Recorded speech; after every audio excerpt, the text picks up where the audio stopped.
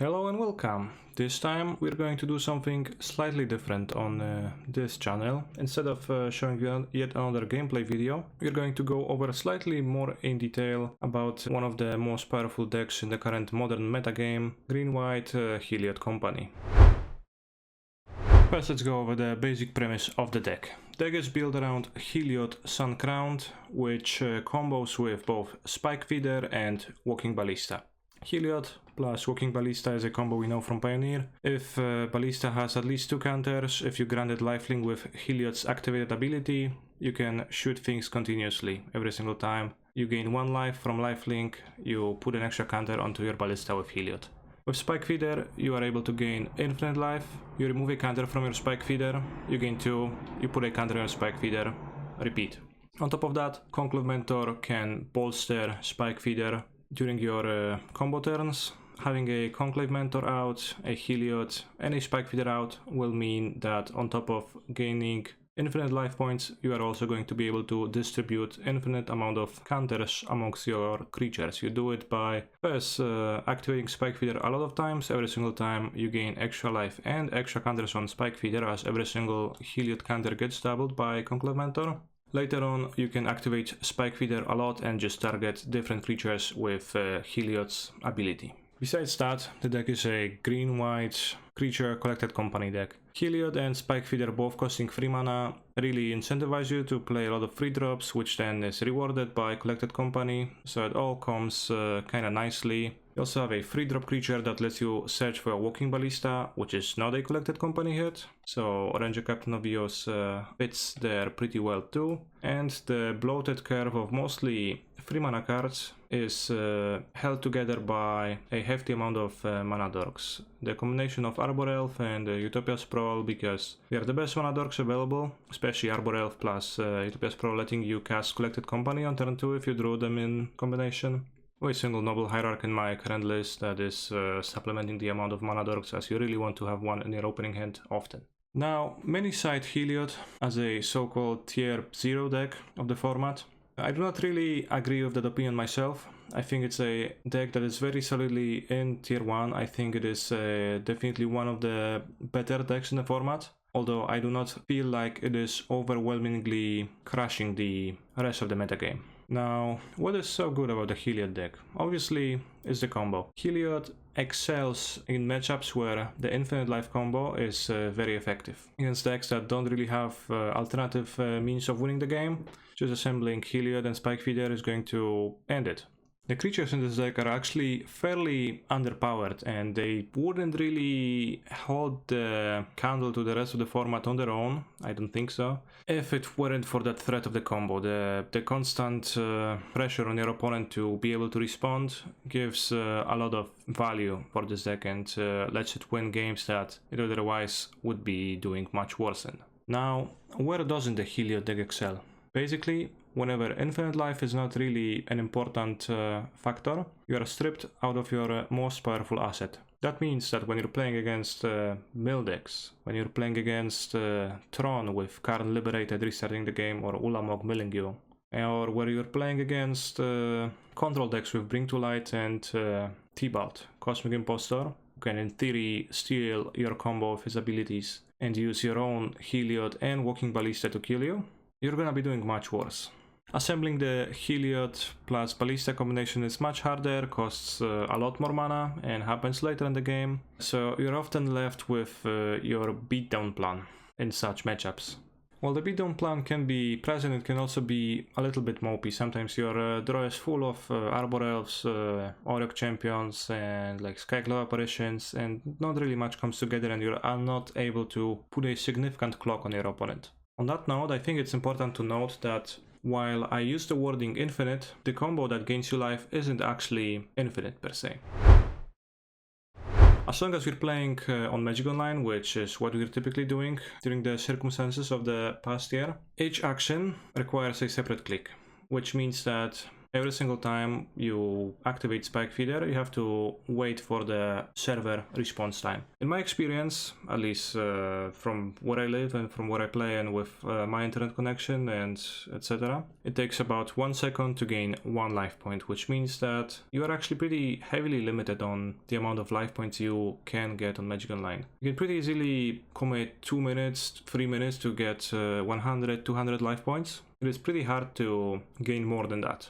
Basically, the rules for the infinite loop situations are slightly different on Magic Online than they are in paper tournaments. That means that between paper and Magic Online, a few matchups change, most notably the ones that involve Dryad of the Elysian Grove and Valakut the Molten Pinnacle. Dryad Valakut can pretty easily deal a few hundred damage throughout the game. They cannot deal an uncapped amount of damage, so in paper they cannot kill you. On Magic Online they can. There are various approaches to, let's say, the etiquette of the infinite life combo on Magic Online with regards to that. Personally, I am a fan of playing it out as it is, acknowledging that there are slight differences between Magic Online and paper, which means that it's not really feasible to replicate exact settings of one on the other. Chess clocks on Magic Online are different enough than the shared clock in paper tournaments that I see no real feasible way to replicate the paper tournament experience on Magic Online one-to-one. Given that that is the case, I prefer to play the game as it is. When I assemble the Heliod Spike Feeder combo, I gain the requisite amount of life points, one that I deem necessary. When my opponent assembles that, I expect the same. I have no reservations about attacking them, and I do not expect others to have reservations about attacking me and trying to kill me through my huge amount of life points either. It gets even more complicated when you're trying to account for some different effects, some different, more corner case situations that can happen in games. As I mentioned earlier, Tibalt Cosmic Impostor can technically win through infinite life in a paper tournament. For that to happen though, the Tibalt player needs to placer Tibalt until they hit Heliod and Walking Ballista. Afterwards, they have to use the same infinite combo that Heliod uses to kill the Heliod player. It can get even weirder in some more corner case situations. For example, I mentioned that Tibalt Cosmic Impostor can theoretically assemble Heliod plus Ballista combo and kill the Heliod player that way. But do we require the Tibalt player to know that? It is not necessarily clear to both players that that's what can happen. It can also not happen because you cannot hit a Heliod with Tibalt's plus ability ever. Some players may continue to play the game even with the Heliod player at infinite life in hopes of the Heliod player just getting milled out naturally over the course of a game. But if the Heliod player has spent even just a few minutes gaining some life points, it is possible that they're gonna time out. Is that fair?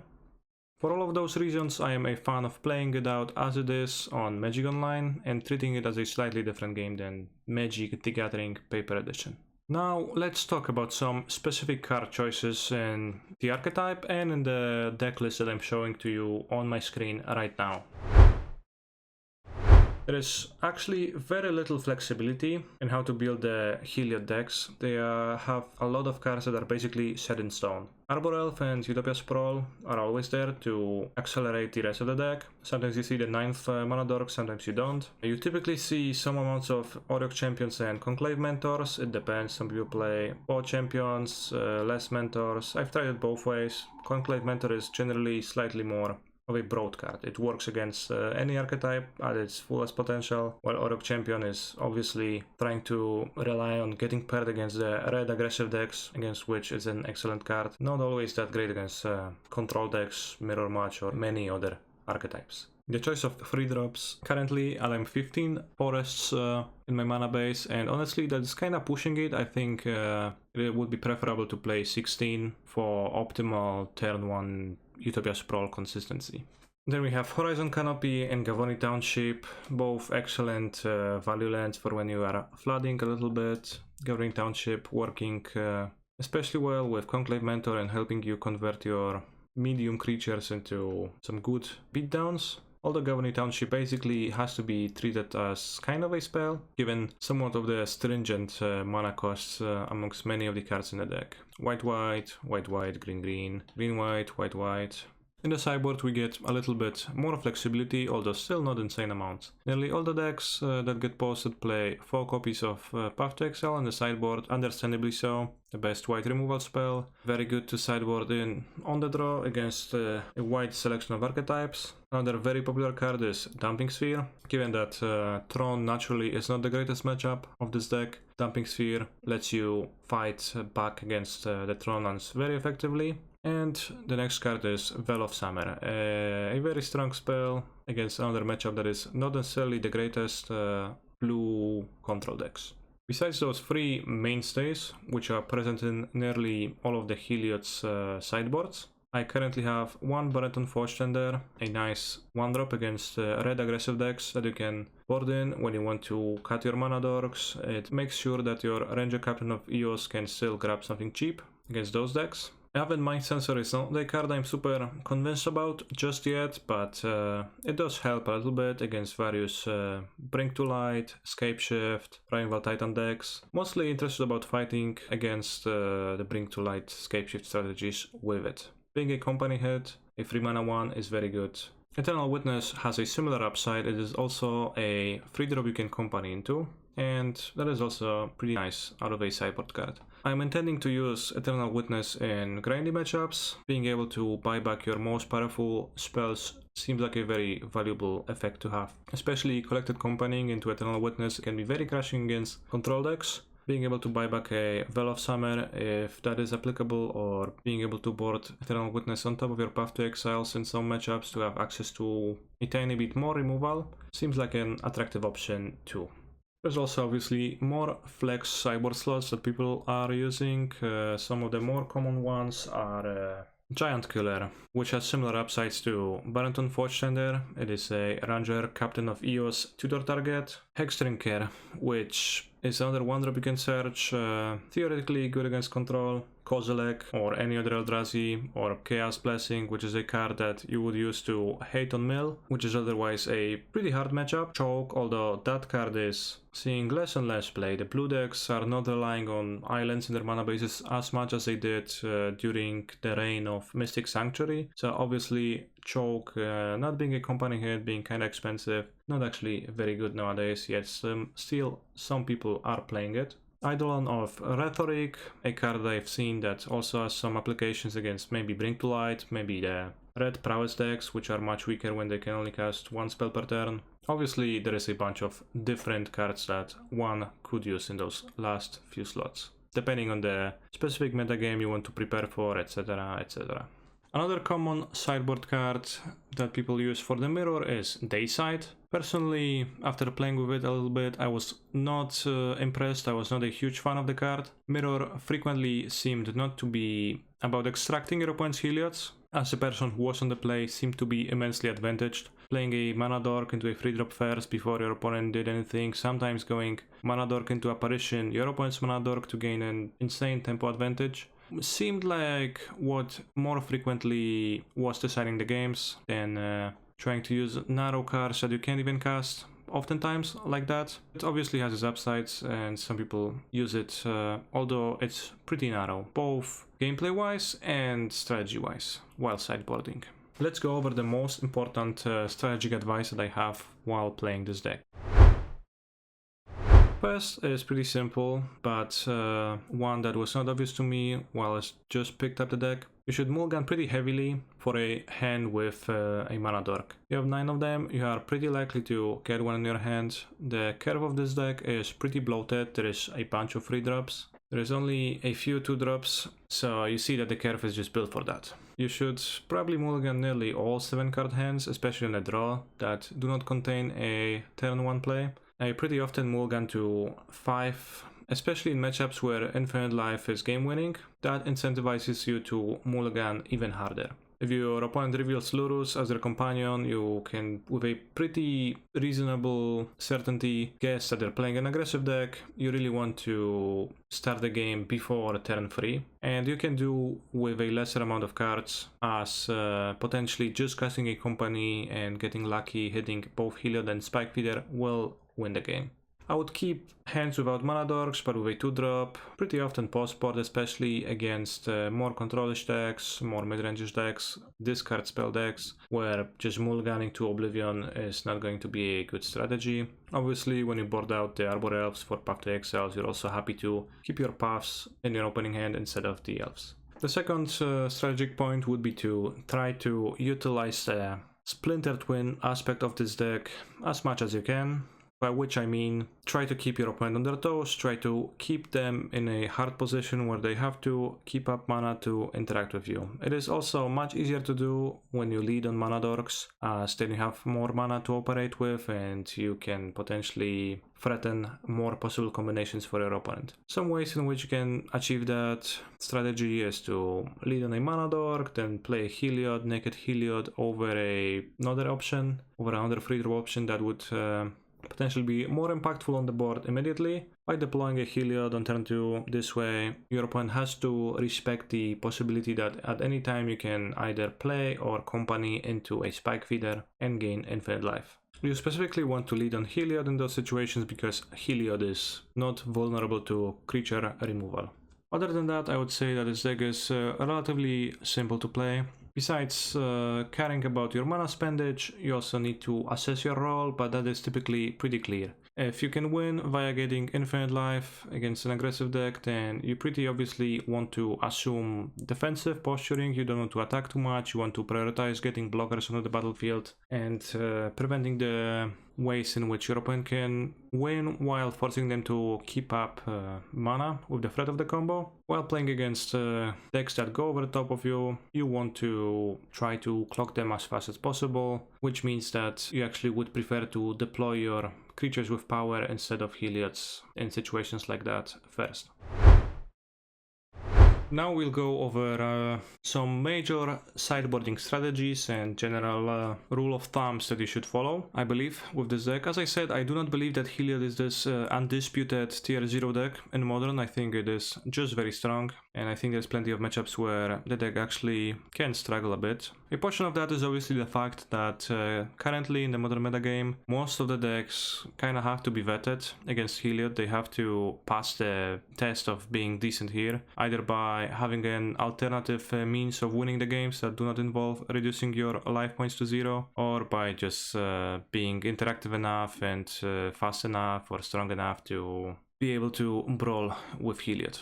So first, the second largest portion of the metagame, the Lurus or non-Lurus aggressive red prowess decks are generally considered to be good matchups for the Heliod deck. They fall to the infinite life combo, even on Magic Online. If you can gain 200 something life, they will never really deal this amount of damage, so you are safe from losing in any weird way. And on top of that, you are a deck that main deck Zodiac Champions, has a bit of life gain, etc, etc. In general, Heliod is considered to be favored there. In those matchups, while sideboarding, the first thing I look to do is to remove Arbor Elves, and Noble Hierarch includes more removal, so specifically Path to Exiles, and in the case of my exact deck list, Barenton Forge Tender. That is true, especially if your opponent is playing a Lava Dart deck. If we're playing against some aggro decks that do not cast Lava Dart, that is very punishing against the 1 toughness mana dorks. I am warmer towards the idea of keeping them in my deck. For example, against Burn, I am quite happy to keep Arbor Elf in my deck and cut some other cards instead. So in general, your best matchups are going to be those where both Zodiac Champion and your Infinite Life combo can shine. On top of the mentioned prowess decks, it is also going to be decks like Dredge, some other aggro decks like, well, Humans, which do not really exist all that much anymore, etc. The next group of decks would be the big mana decks. I think Heliod is not intrinsically favored against those, but I think in practice it ends up being ahead. The first of those are Tron decks, both Green Tron and Eldrazi Tron. Especially Green Tron, this deck would be capable of going over the top of Infinite Life and controlling you pretty well with Oblivion Stones, etc. In practice, by spending many sideboard slots on Dumping Spheres, I think you can have a pretty decent to even good matchup there. The other big mana decks are the Primeval Titan decks. As I mentioned before, Dryad of the Elysian Grove, Valakut, much more powerful Magic Online. Although I did find success against those archetypes by just overloading on removal, having all 4 paths and trying to control the Dryad as much as I can, while not caring much about the Infinite Life, as it doesn't really work that much in practice on Magic Online anyways. Therefore, you can reduce the amount of spike feeders that you have in your deck against such archetypes. They still have value as a free card combo, Mentor, Feeder, Heliod, but they're not insanely good. Conversely, if Infinite Life is always going to win, cutting a single Ballista just to have 1 to fetch with Ranger Captain is a extremely valid option. The third, let's say, biggest group of decks in Modern to have to consider are the blue-based control decks, especially with the Counterspell coming into Modern with Modern Horizons. There's already a rise in the amount of blue mages, and there's gonna be only more of them as they're getting excited to play with literal Counterspell. Against those decks, sideboarding is at its most awkward, especially against archetypes that are specifically not including any targets for Skyclave Apparition if there is not many Jaces. For example, you're playing against a Esper control that is mainly using Teferi, Hero of Dominaria, as their planeswalker, then your apparition doesn't have many good targets, etc, etc. Oriok Champion, typically not very good against those decks. You would prefer to cut many of those cards. Oriok Champion, Skyclave Apparitions, maybe an extra 4th Heliod, as they're not great in multiples against such matchups. So in general, I try to build my sideboard with an acknowledgement to that being an issue. Right now, currently, I have 2 Event Mind Sensors, 2 Eternal Witness, 3 Well of Summer, that is 7 cards that I can conveniently sub for 3 Orioks or Apparition if needed. One of the most problematic variants of controls that is recently picking up steam on Magic Online is Blue-Red Through the Breach Emrakul control. Against this deck, it is pretty hard to have a strong plan that would cover all the bases, given that you have no realistic counterplay to Through the Breach Emrakul plan in green-white colors. Therefore, you are sentenced to try to play the grindy game against them, but you always know they can go over the top of you any minute. One thing that I think is worth mentioning too is that while Well of Summer is obviously an insanely powerful card, very strong, with many even clamoring for banning of it in various formats, it is not always at its best as a tool of fighting control decks in green-white Heliod. While Esper Control plays both blue counterspells and black removal, letting you use Vel at its fullest and making the card great in that matchup, other decks like blue-red or blue-white control decks using Lightning Bolt or Practical Excel as the removal mean that it is much less reliable as a form of protection. Not being able to protect from removal just from counterspells means that your opponent has much more ways of playing around Vel and trying to not let you spend it too effectively, too early, making you waste both mana and never cycling the card. That all means that while Vel is great, I think it is extremely justifiable to go to as low as 2 copies in the sideboard at times, maybe even less, as it's not always the perfect answer that it appears to be at the first glance.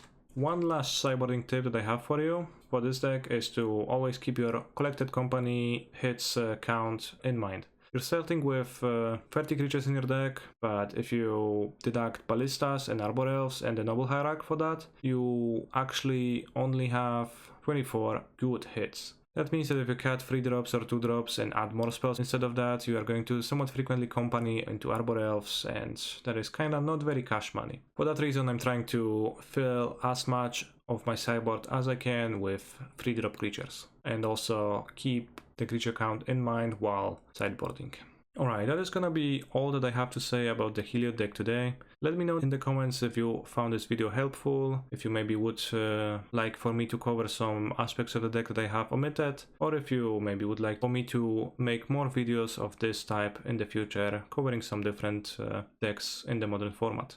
Remember to hit like, subscribe to my channel, hit the bell notification, yada yada blah blah blah. If you enjoy the content, stay strong and see you next time.